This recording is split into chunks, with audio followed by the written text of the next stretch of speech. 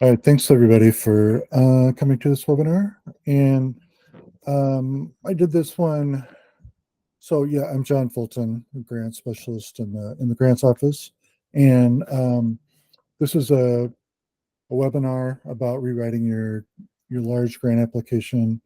Hopefully, the information in there can be used by other people, but I'm hoping if you're attending that that you do have a large pre-app in that you're rewriting, or that you plan to do one in the future. Um, so, uh, like I, there's a lot of there'll be a lot of slides. I'm going to try and cut to an actual example of a pre-app, and also go back and forth from that to a letter that was sent to them, giving them and just showing how uh, sort of where the advice was coming from and how they could use it. Um, if so, yeah, so you have that to look forward to. All right. Um, so I'm going to put a couple of you on the spot. So Chris Corley and Shirley Kosterbauer. Um, do either of you have do you have pre-apps in the large round that you're planning to submit for the final deadline? Yes, I do. Excellent. And yes, I do too. I'm from Rock County Historical Society. That's excellent. And so there'll be an opportunity at the end, and I might quiz you a bit about, like, if there's any information that you got that wasn't making sense to you. A lot of staff are here, and possibly people who made the comments themselves might be in this. So here we go.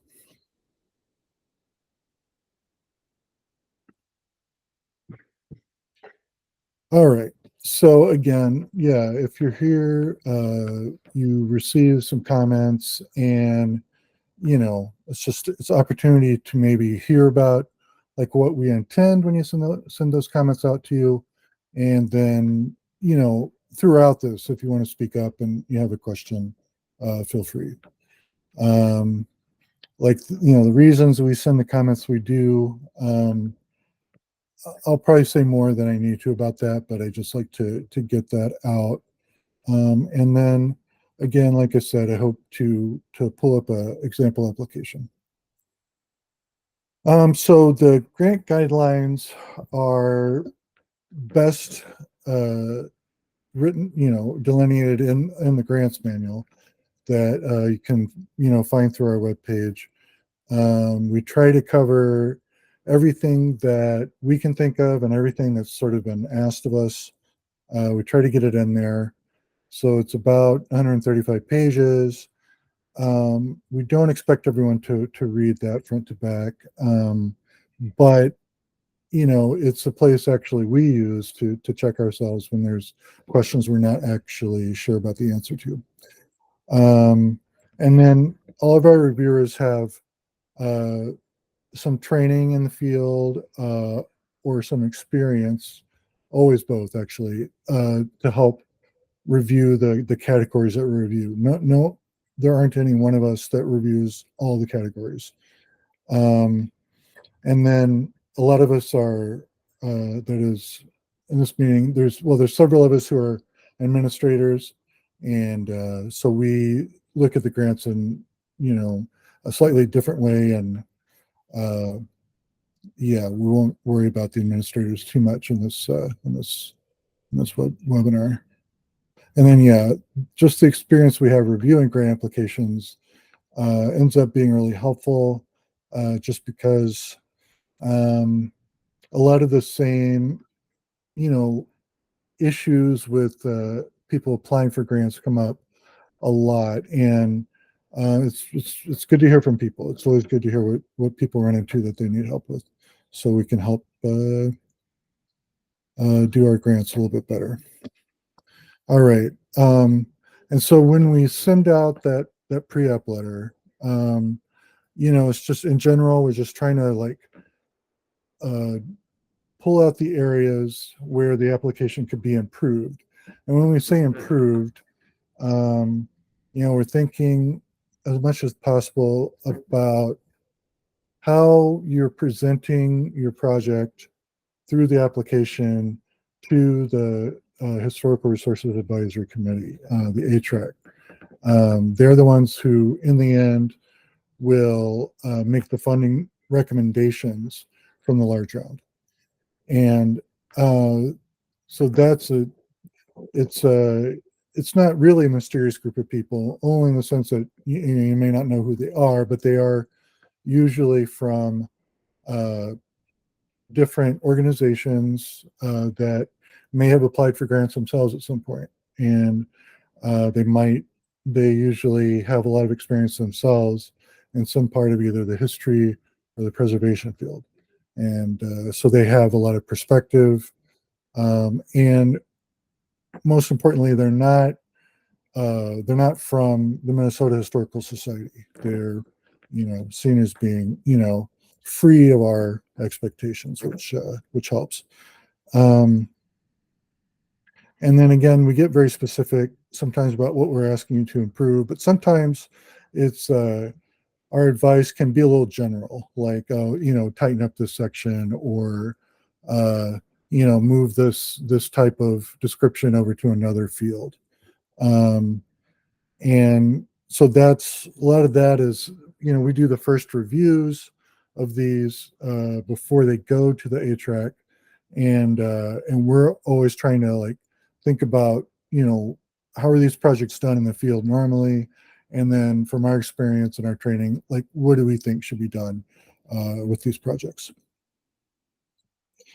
And so a big thing that we point out is where something in the application is not meeting a grant guideline. And so when there are parts of an application that are not complete in some way, it could be as simple as a field not being filled out that was necessary for review. Most often it's something like a required document was not uploaded and attached. And if it's required, then if it's not there, then the application won't go forward. We do have more specific writing suggestions about how to be more clear about what your project is, how it's going to be done. Hopefully we don't push that too hard, because this isn't these are not our expectations of how people write is just that they try to be clear with us. We're not looking for any type of academic or other type of genre of writing. It's just, we want you to be as clear as you can about what you're going to do and why you need the money. And yeah, if there's something, again, it's sort of in the same realm, but if you're making this argument to us about the project you're going to do, there might be something we need to hear about to convince us that the project is necessary. So, we might, suggest that you add some use statistics to something that has to do with a new piece of equipment, like something like that. It's like, again, we might be asking just for more evidence that you need this. And again, our what is on us is to make sure these grants go towards history and historic preservation projects in the state. And so that can be something that we mention quite a bit, that this is leaning towards the arts.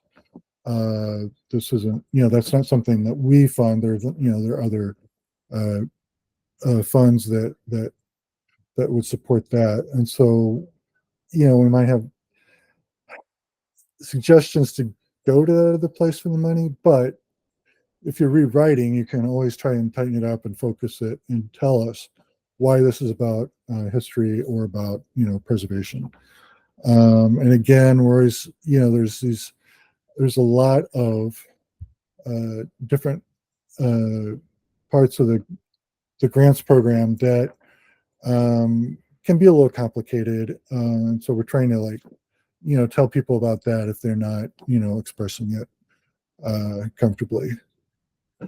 And yeah, it's always about trying to help you get the grant. Like we're not trying to, send anybody in the wrong direction so they don't get a grant. Like we would just, if we thought you shouldn't be in the round, we would tell you more directly somehow, and we don't do that really anyway. So we're always trying to help you get a grant if you can.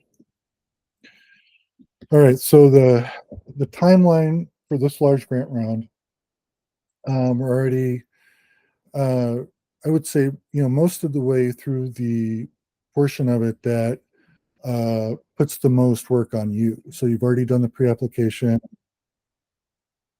Right, we got one more. Okay, you've already written and submitted your pre-application. We've reviewed it. We've sent back comments, which we sent back that any comments we had for you back on July 5th. The final applications are due July 26th, so it's not tomorrow, but next week or next Friday.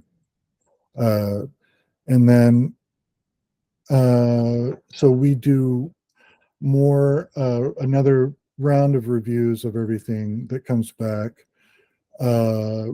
Again, like judging it more of like, does this seem like it's ready to be funded? When we looked at it as a pre-app, we were looking at it as like, how can we help you to understand what makes it competitive?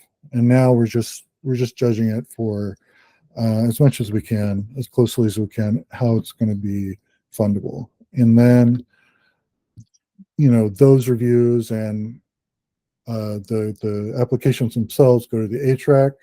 They get a chance to look it over. And then in September, late September, they'll be meeting to discuss the funding recommendations.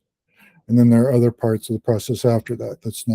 That meeting's not the end, but it is the most important step towards getting funded. All right.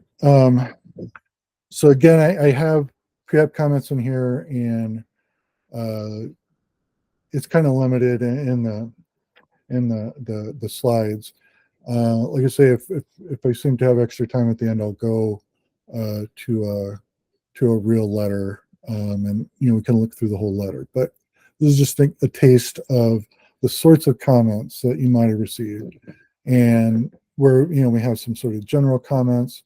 There aren't always general comments. It could be that overall the application seems to be in good shape, and there's just a few specific things, and then we will always tell you what part of the application did we see the specific thing that needed help. And so, I mean, it's pretty common for us to talk about the budget. Budget is super important because it's what the grant that you may receive is based on. And so we might have some very specific, sort of picky comments about the budget. And if any of you receive some stuff like that, I please jump in and see if you can get some feedback. But project description, need and rationale, two different fields, but they can sort of cross over in what they're describing, which is, who you are as an organization, why you're doing this project, where the need for it is coming from. With buildings, building projects, the need and rationale can be somewhat straightforward in that there's water intrusion, it's damaging the stability of the building, and the building itself has to be on the National Register. So there's some criteria that makes this building important, and so it makes it somewhat easy to make your argument for why we would want to fund the maintenance, repair and possibly restoration of a historic building. For other types of projects, like what the project is, like what you're doing and why it needs to happen now, why it should be funded over other projects that are competing for the money. That can be, it can be a little trickier. Let's, so here is just, here's application. This was actually from a partnership grant. Just anyway, just a reminder of what we're talking about. And the fields, I'll get into some, not all the fields at this point that are going to be in your draft. How were the above figures determined? And just one reason I pulled this up is because it's a stealthy field. Like some people are very good at filling it out, and some don't necessarily notice it because it's right under the budget, and the budget's super important. And then, it's like, how are the above figures determined? It's like, well, I just, whatever, I got an estimate. They might put something very simple in there, and that's a fine start, but it's a field that, you can really, justify all your line items and tell us, like, where are those numbers coming from? And it's like, in this case, being specific with the math, that's it's very helpful to pay attention to. Again, this is, this is the grants portal. This is the view that you will see when you go in to find your draft. I just wanted to get that in there. All right. And so, we had just this is an example of one type of comment from the work plan. Sometimes work plan and timetable is a challenging field for people, because we're asking you to, like, get that information from from consultants that you may not actually know if you're going to work with them or not yet. But unless you yourself totally understand every aspect of the work that's going to be done, you're relying on other people to give you that feedback, and then you're having to project out over the year or 18 months that you will have the funds to spend. And it can be challenging to think, when is that work going to happen, especially with winter in Minnesota. There's a lot of types of work that can only happen for about half the year, maybe even less. And then also, we encourage people to think about the grant process. So when you have a large grant, especially a building project, there's going to be certain milestones that you have to meet. If you're doing if you're getting construction drawings completed by an architectural firm, there's going to be 30, 60, 90 drafts that we will want to see, and it fits in with how they normally do that work also. But then we want you to submit those drafts to us, and then we have 30 days to take a look at them and either give you feedback or just say, this look great, keep going. So those are the sorts of things that it's very helpful to put into your timetable. And again, it can be very sort of elusive details unless you've done it before. If you've done another grant with us before, that obviously makes it a little bit easier to work that out. And here's one that's fairly detailed, and this again is describing something that I'm just double checking what kind of project this is for. But yeah, like including things. All right. Yeah, Chris, go ahead. I'm sorry, I didn't know if you wanted us to ask questions in the middle of the. Yeah, please do. That's great. But I'm wondering, did you want us to indicate to you when we thought it would be appropriate to get feedback from you during the timetable, or is that something that you guys kind of predict? Yeah. Like we can tell you if you ask us what we think it will be on our end, like what we expect. Okay. But if you don't have time, then you're making, you're making sort of broad guesses sometimes, Okay. and yeah. So if it's, maybe a 30% draft would come, after 3 months. And so you guess that way. But again, like in this work plan, they started with a kickoff meeting. There might be, there might be a review that has to happen with, through SHPO. Okay. Uh, Things like that. But all right. So I won't go into that with you. Okay. Yeah. Anyway, so that's what one looks like. And hopefully yours looks just as detailed.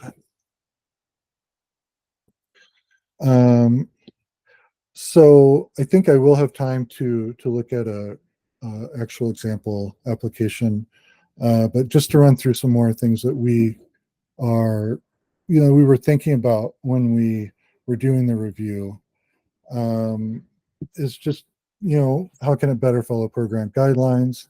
That's a broad topic, but we will have done our best to tell you what we thought might be strengthened. How to improve a budget. Again, there's often no easy way unless you've gotten a good bid already and the consultant has laid out uh, the different expenses. When they do that, that makes putting your line item budget together a little bit easier. And, we're looking at what the field, as far as we know, what does the field normally do? We'll be giving you advice about that. And yeah, again, stuff I've already been mentioning, like make sure that this isn't like a multi-year project because the money's not available that long normally, and so just thinking in those terms is very helpful. And then making sure it's about Minnesota, super important. And then something that everybody needs to be aware of with when they get a grant is it's public money, so there has to be public access in some sense to the results, whatever the product in the end of the grant was, like it has to be available in some sense to the public. And if you're installing an exhibit, for example, like that makes it very easy. The public just has to come and check it out. But if there are associated materials, maybe from an earlier phase or in some other sense, it's good to think about and just tell us, what your plan might be to collect those things and put them in place that has public access. And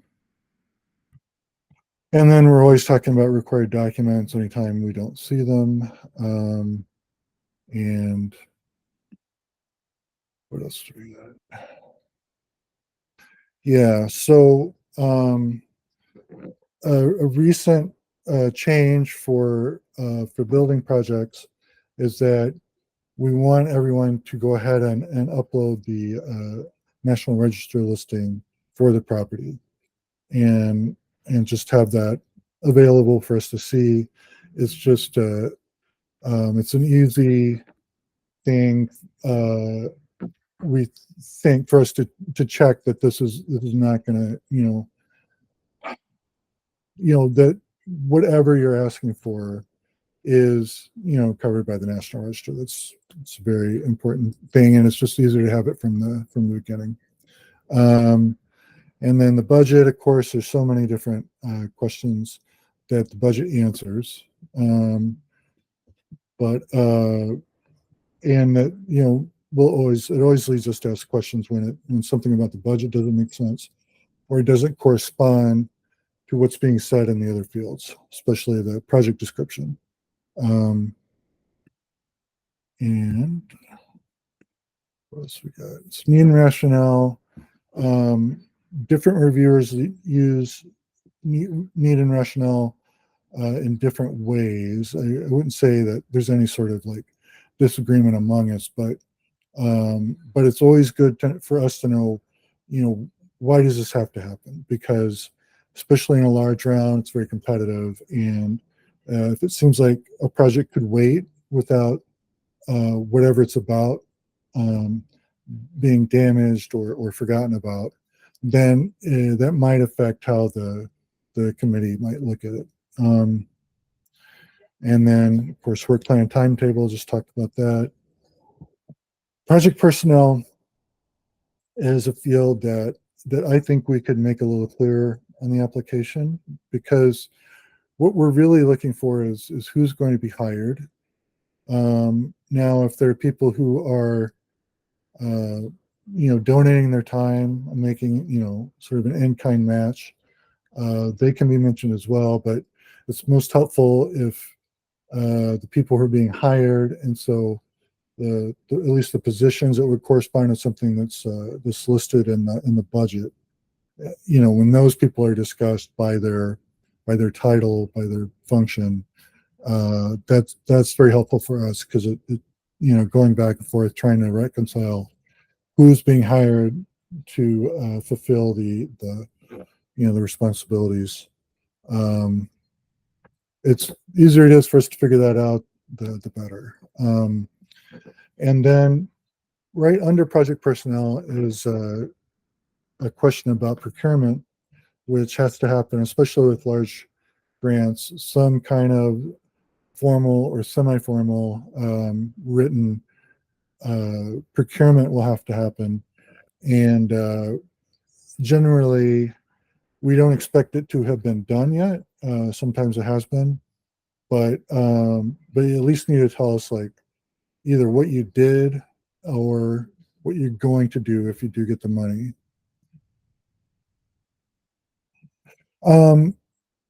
Yeah, volunteer time can definitely be included as in-kind match, and there is a like a federal estimate for what volunteer time is worth that you can use. It it shifts a little bit upward every year, so I don't remember exactly what it is, but it's over $20, and it's fairly easy to find that number out there, but we can also find it and update you if you have that. But yeah, definitely include volunteer time in your in-kind hours. Another thing to mention that is less about rewriting, but it's just something to think about. It's like if you're using, oh, thank you, Megan. She uploaded the information about that, and Melinda has something in there too.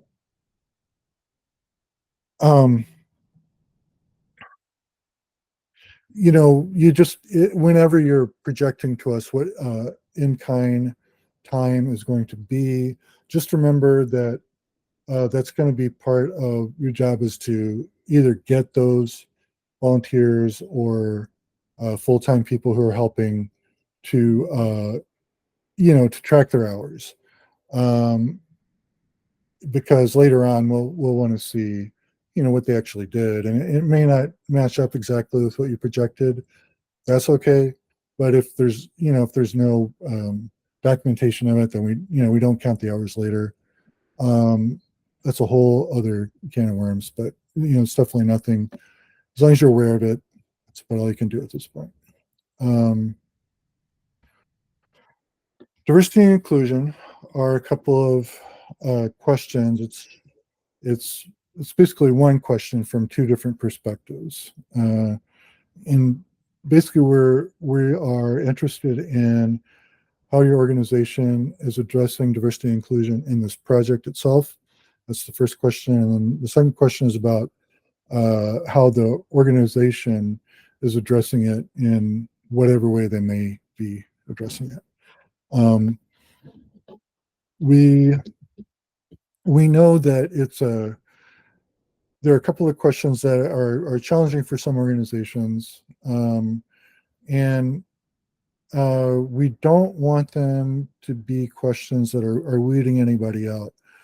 The intention is to just, to the best of your ability, just look at how does the project affect these issues, and how do those issues like impinge on the project, like if there is any kind of diversity existing in the area, like how does the organization think about it, how do you try to like recruit people that are in some sort of underrepresented group onto your board or in any other staff position.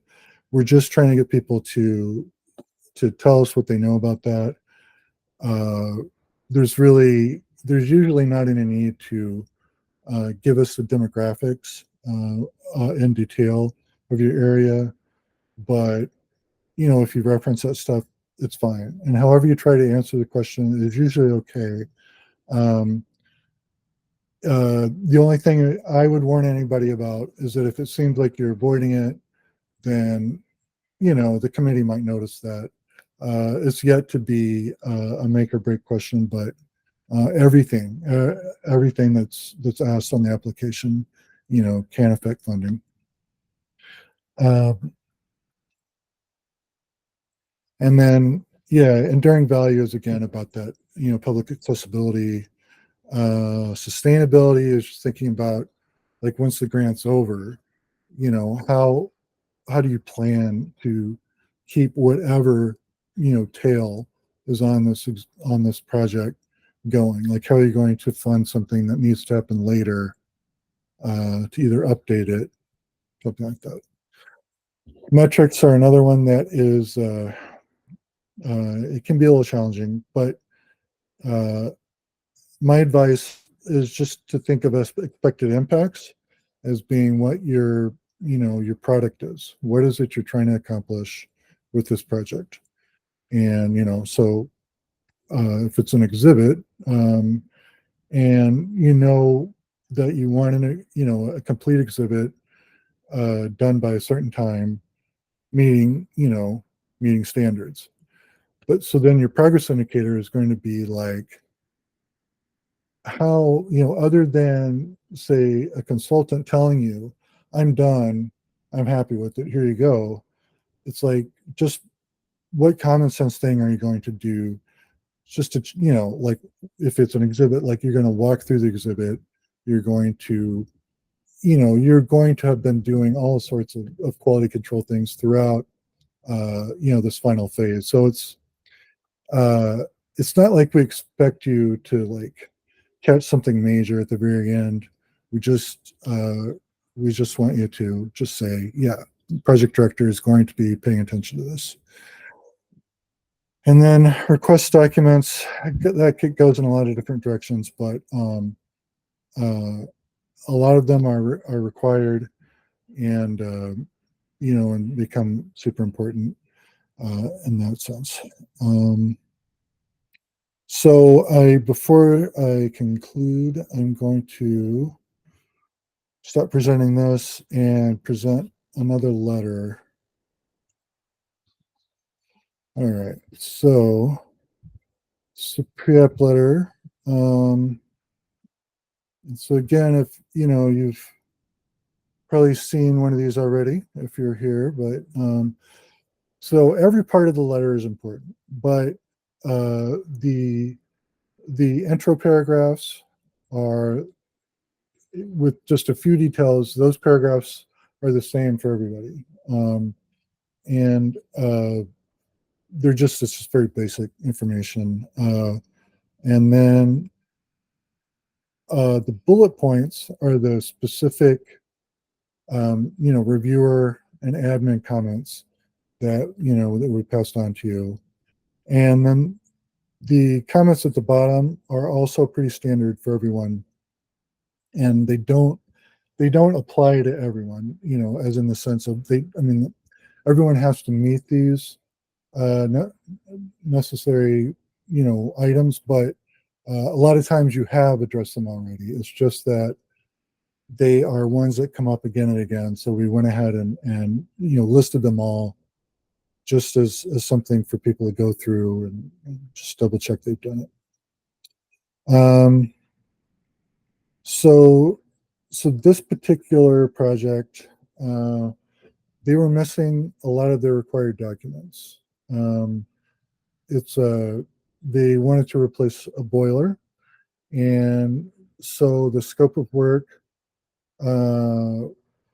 wasn't really addressing the work correctly. There needed to be a drawing just to place where the work was going to be happening, and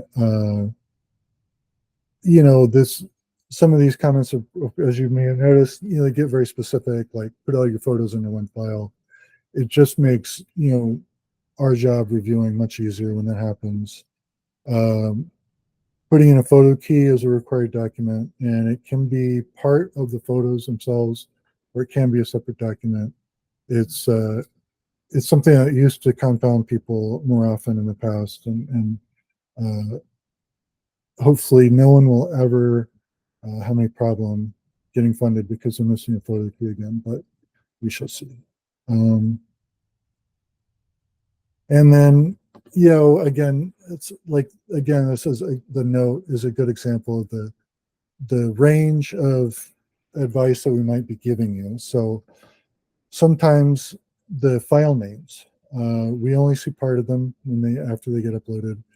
And if it's a string of numbers, like it's going to be confusing for us to know what kind of document this is. And anything that makes our review a little faster, and that helps you to know that you have uploaded all the required documents, it's going to be helpful. Again, like a couple of the budget comments here are pretty specific and minor. Like it seems like there wasn't any major problem with the budget, but adding contingency is totally standard for these kinds of projects. And and if a project is going to use skilled labor, it needs to address prevailing wage, even if you don't specifically need to tell us how the numbers reflect prevailing wage. You need to have thought about that, be aware of it, and tell us that fact. Yeah. And so again, like here, project description, it sounds like they did a good job describing the work, but they didn't really tell us what is the building, what's important about it. Comments like that might seem unnecessary to someone who owns a property or is doing the exhibit itself, but you just gotta remember could be quite a few people that just get to look at the application very briefly, and having those summary bits of information can help them out quite a bit. And again, like work plan timetable comment here was about expand the timetable to include dates for procurement process, installation and completion, things like that. That once, especially for someone putting in a boiler, they might have gotten bids and accompanying information, conversations with the people who are going to do the work. But like until you get it on paper, we don't necessarily know. We could try to assume it's going to be done right, but to be competitive, it's like we need to hear that the work is going to be done correctly. Procurement, it's something majority of applications could address a little bit better. And usually if there's anything that was unclear, we're going to direct you to Appendix I in the grants manual that lays out what we think of as fairly simple, different standards based on the amount of money that you're requesting for how you need to do procurement. Yeah, enduring value, how the project is going to affect, the organization. It's always a good thing to include that. And yeah, and so the diversity and inclusion, comments can be, not too difficult. It's just like, just say a little bit more about the groups that your organization is in touch with. All right, so I'm gonna stop presenting that and look at the application that the letter was addressing. All right. Here we go. So, yeah, and if we ever tell you to maybe, rewrite your brief project description, this is where, I'm going to start with on this application. This is a perfectly adequate brief project description. It's something that there's no need to be artful in how you're putting anything in the project description. Just like, as directly as possible, saying what it is, and you can help yourself out by talking about the location. Just it's going to be in this building, and if it has a formal name, including that can help brief project description. Yeah, so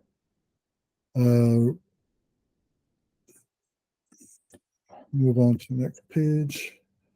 So one thing that they did with their budget request is just to give us one number, for and all the work that was going to happen. Sometimes that's okay, especially if you're hiring, an advisor, a consultant of some sort that is going to be meeting with you. There might not be a lot of reasons to break up what their what their proposal numbers were. But in this case, when you're talking about the different types of work that might be happening to replace a boiler, there was an opportunity to break that number up a bit more.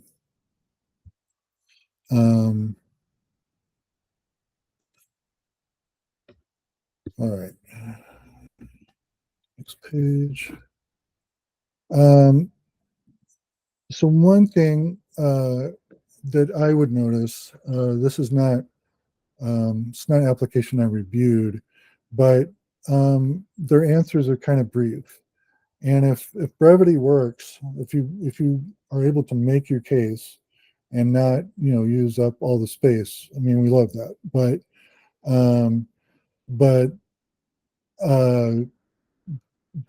I mean, there is more space to use, and if something is a little unclear about what's going to be done, that's unfortunate. So, you've got that space, you can use it if you need it. Mean rationale, especially, is just one sentence that's usually not going to be enough to explain to us why this project's necessary.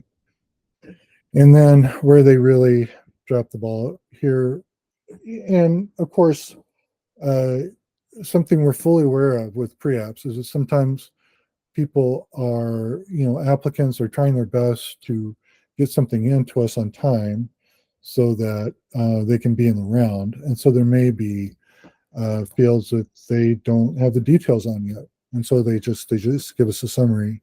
And it's not the end of the world since it's the pre-app. But again, we're going to want a lot more detail than that. And we'll say so. And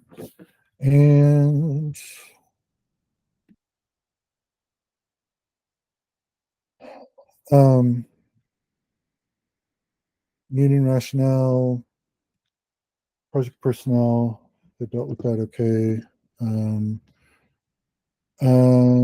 Okay, and then impacts and indicators, just there's the short-term one, and again, that expected impact as you're really trying to summarize, what's happening, a a completely installed exhibit that meets standards, and then your progress indicator could easily be that, the executive director or the curator that's most knowledgeable about the content, um, will be looking at all the elements when they're in place. And uh, it's not something that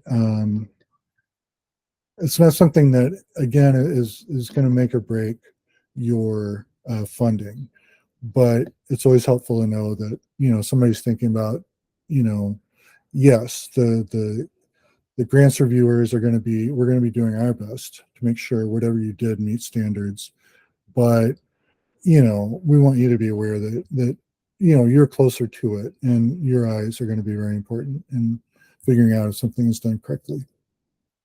Right. In conclusion, um, it's it's pretty basic stuff. We're trying to help you. Read the comments, ask us questions. We always include who the reviewer was, so that you can follow up with them if you need to. And we know that not everyone has a full-time job rewriting their grant application, so not all of our advice is required. We're just trying to give you the advice that might help have a stronger, more competitive application. And proofreading is a very simple thing, just to make it, if you can, yeah, I don't know, if you can make sure all the spelling and grammar looks good, that never hurts. Yeah, there's that information that you're probably well aware of if you've already submitted, but that's my contact information, and then the grants email is there as well. If you can't get a hold of the reviewer directly, you can always come to us. And yeah, so does anybody else have questions about the letter that they got? I'd love to answer questions like that, but any questions whatsoever, uh, please ask. Thank you, John. I have a meeting with Todd tomorrow, so I think the questions will be more specifically geared to him, but thank you very much. Yes, that's great. It's great that you're meeting. And we'll just call out the other applicants in here. So Shirley or Wendell, if either of you have questions, it'd be great if you could ask them. If you don't, that's of course fine. I guess I have a question on, we are, in all of this, we are making a best guess of what we think the project is going to, cost and things like that.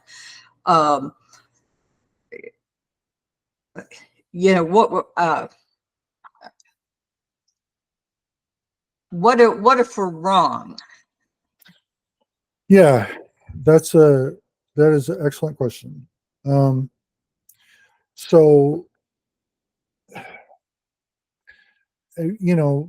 so that is, there's a lot of different ways to answer that, and I hope some of the other staff that are in this webinar might speak up about this. But I'll just say that's one reason why including those contingency funds on a construction project are important. Just having that wiggle room, really, taking, once you've got your bids, taking the bid that seems like it's going to do the work most effectively is important, rather than trying to, take a lower bid that doesn't sound as good, but you suspect if you're requesting less money, you have a higher chance of getting it. Like, you definitely want to request what you need. But as far as what happens if you get into it and you were given information that was incorrect. That's really challenging. Once you've been given a grant, there's no mechanism for us to give you more money once the grant has started. But really, if it's an honest mistake, and one thing you could do is come to the grants office, tell us what the situation is. I mean, anyone should do that anytime something unexpected happens. It's going to be a problem. But you can talk to us about, the amount we got is not going to allow us to do this part of the project that we plan to accomplish. What can we do about that? And, it gets to be a process. Hopefully it's not too onerous, but we just, we'll need to get some information about what went wrong, or what, how something might be, how the work might end earlier than you thought. And then, if we catch it early enough and it all makes sense, then it's possible you could come back later for the rest of those funds. Even though that's, it's not ideal. But yeah, please go ahead. Okay, I guess I have another question about how does the funding come? I mean, it doesn't all come in one big block. I just don't understand that process. Mm-hmm. So again, so can I ask what generally is your project that you're to get some shelving for? We've built a new storage addition, and we're trying to get some state-of-the-art shelving to put in there. Excellent. So so every type of project, may hopefully have some sort of like rational way that it, there's like a first part of the work and then perhaps a second part of the work. And however it makes sense, we're going to break the amount of the grant that you're receiving into a number of parts that will match those phases. And so when that first phase is done, showing that work is done somehow might be written into a milestone that you're going to send us information about. And,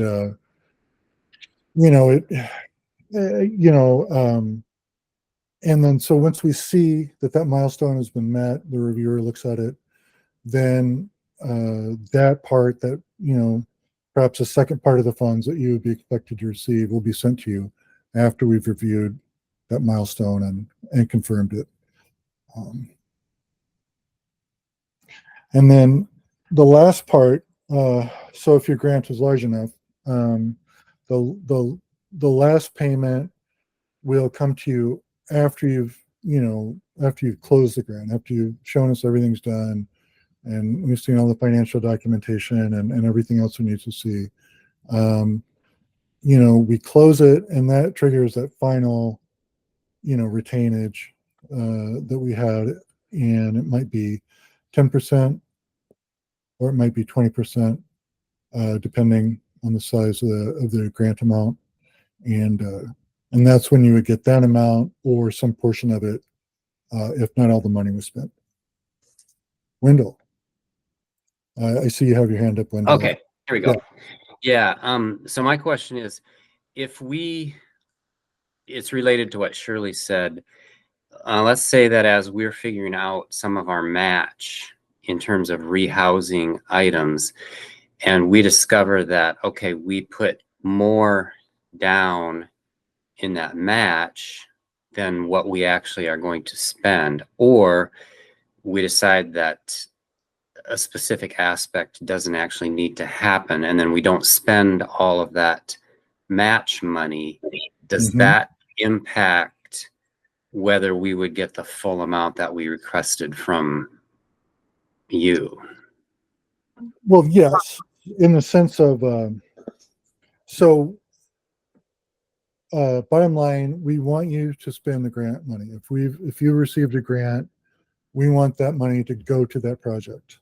And if you have match, sometimes there's any number of reasons why why you want to spend that, that cash match, say, on that project. Maybe you receive that cash in the first place to spend it on that project. And that's not something we would weigh in on. That's, it's going to be on you to figure out how to do that.